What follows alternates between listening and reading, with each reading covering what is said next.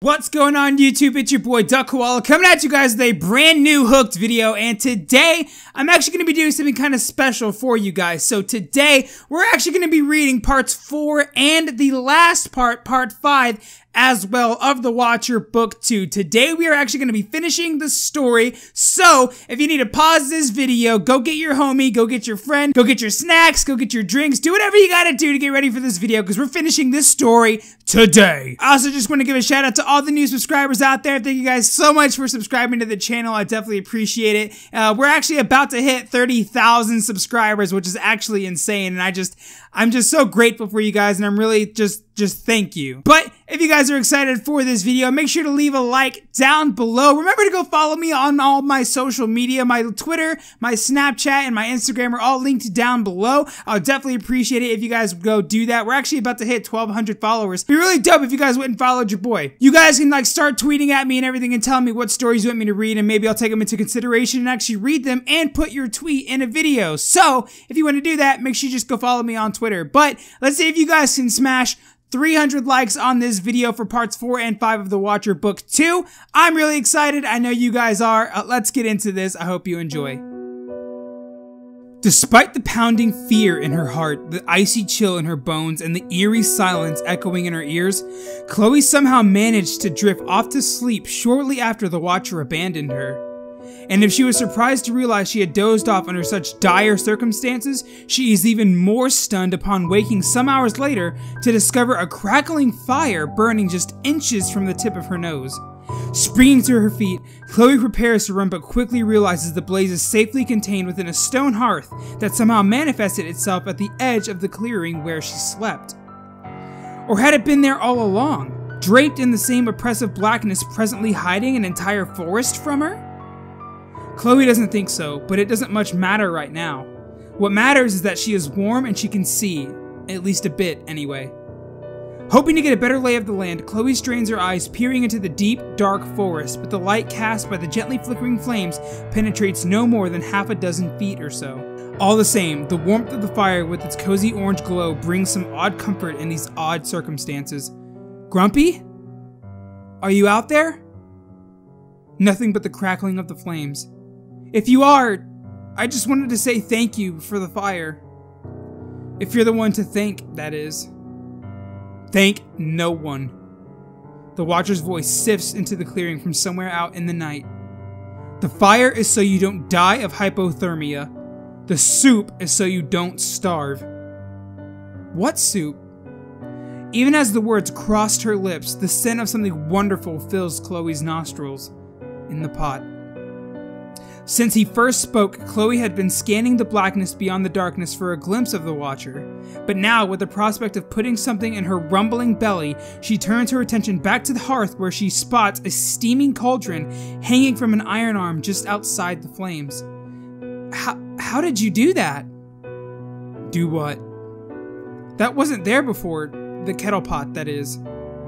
Can you do magic? There's no such thing. And for your information, the cauldron was there all along. Again, Chloe has her doubts, but now is not the time to dwell on them. So to get a better whiff of the pleasant aroma wafting from the black pot, Chloe gets in all fours and inches towards the fire. In doing so, her fingers fumble onto a shiny silver spoon lying on the hearthstones. Snatching it up, Chloe scoops out a measure of hot broth and blows on the liquid, trying not to spill it. Is it poisoned? She asks, opening her mouth.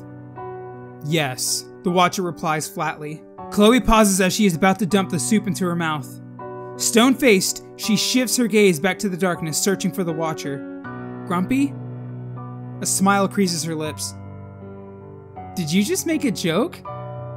Without waiting for a reply, Chloe shovels spoonful after spoonful of mushroom soup into her gullet. That's quite good, Grumpy. The soup, I mean, not the joke. Although the joke wasn't bad either.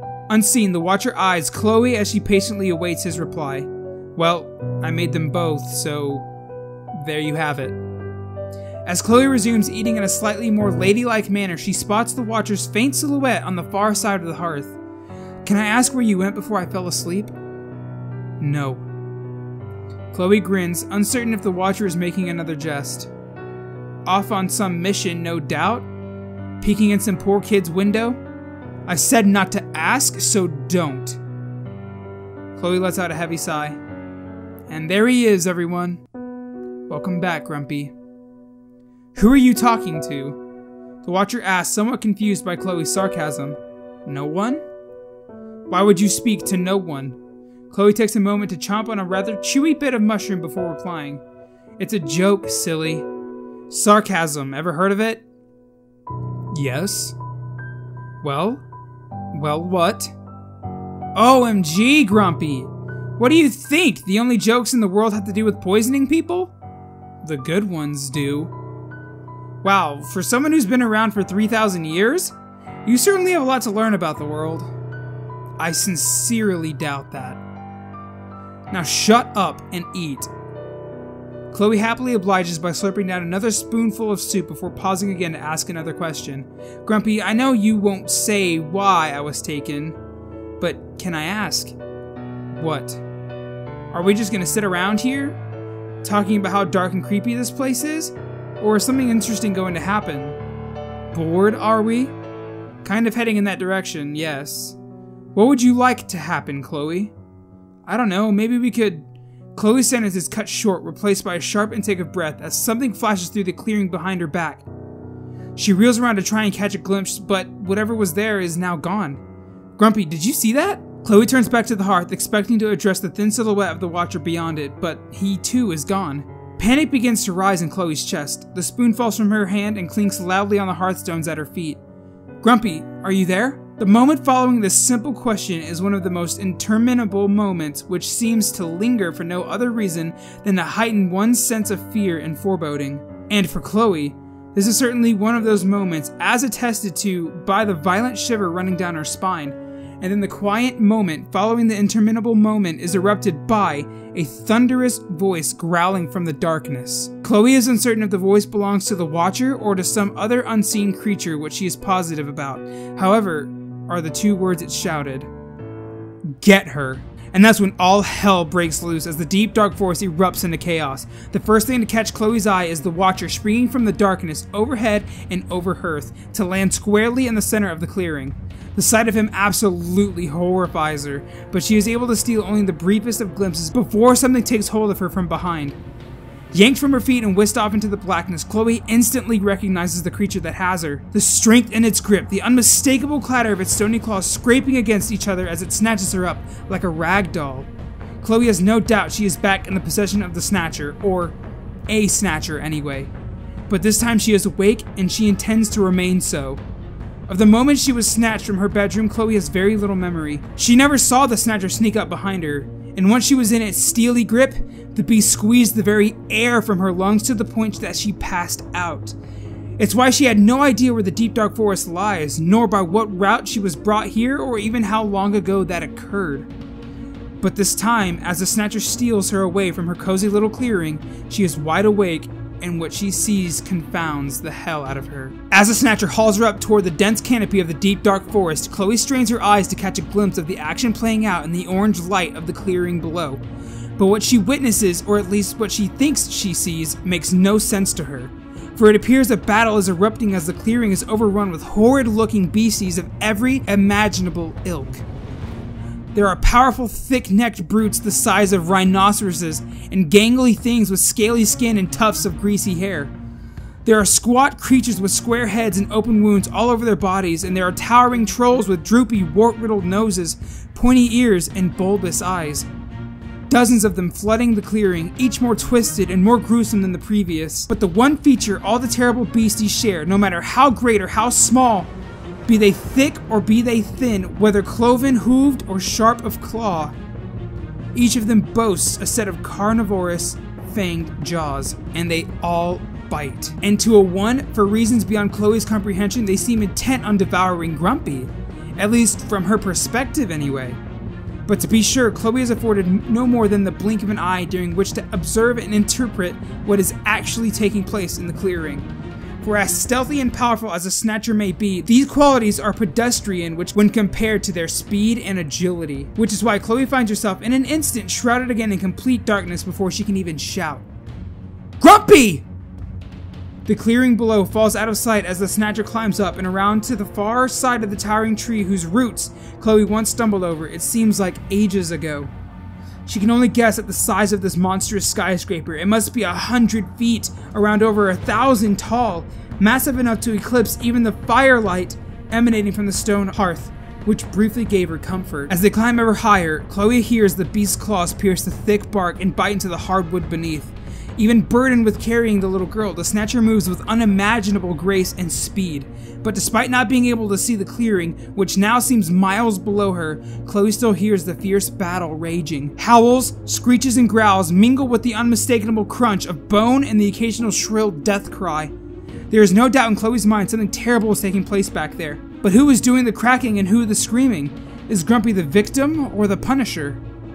Grumpy, help me! Chloe struggles, kicking, screaming, and fighting to free herself from the Snatcher, but it is as futile a gesture at best. And then she feels a change in direction as the Snatcher turns away from the trunk and scrumbles out onto a branch in width of a school bus. Straining to look back, Chloe thinks she catches a glimpse of the clearing below, a tiny orange speck the size of a raindrop. But she can't be sure, and she has no time to ponder before her stomach drops. Though she can't see a thing, Chloe is absolutely certain the Snatcher leapt from the branch. But what she cannot figure out is why. Why in God's name would he do that? For the briefest of moments, Chloe senses they are still rising, but then the Snatcher relinquishes its grip, and she is in free fall. The sickening feeling inside her lasts only a moment before she is again clamped in the beast's firm grip. It was simply switching her from her front claws to the two rear ones, its feet, as it were. Chloe hears what sounds like a bedsheet snapping in the wind as the Snatcher extends its arms outward and down in a powerful stroke, and they are rising again. Chloe can feel the rush of wind on her face, and she knows the Snatcher is flying, or at least doing its best imitation, as the motion is more akin to bat than bird. Reaching out her hand, Chloe's fingers brush the thin, strong skin stretched between the Snatcher's arm and its sides. It, too, makes her think of a bat, and she quickly yanks her hand back. "Where are we going?" She shouts above the rushing air, but the Snatcher pays her no mind, so again she yells for Grumpy! With a jolt, the Snatcher comes to a sudden stop as it lands on another thick branch, tossing Chloe into the air and catching her again in one deft motion. I said, "Where is Grumpy, you great idiot?" To Chloe's genuine surprise, her shout elicits a response, but not from the Snatcher of that, there is no question. The voice she hears is very faint. It comes from far off, from far below her, and perhaps what is most curious is that the voice appears to belong to a woman, or even a girl. And what it shouts is, "Chloe?"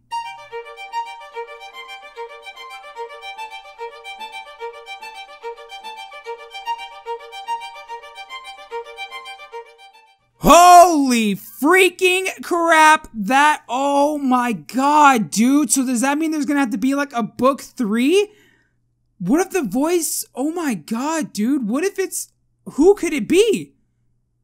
She doesn't, her mom's dead, right? What? Who is this? I hope you guys enjoyed The Watcher Book 2. I am just at a loss for words with that ending. That just makes me really, really stoked for the voice now. I guess that's what it's, going to be called or something. But I hope you guys enjoyed this video. If you did, make sure to leave a like down below. This story was definitely a lot of fun to read. I definitely have another series I want to get to you guys, but see if you guys can smash 300 likes on this video. If you guys haven't already, remember to subscribe to the channel by clicking on that little koala logo right there. Also, check out the description down below for links to my social media and my other series, guys. But once again, thank you so much for tuning in to another koala video. This has been your boy, Duck Koala. Peace out.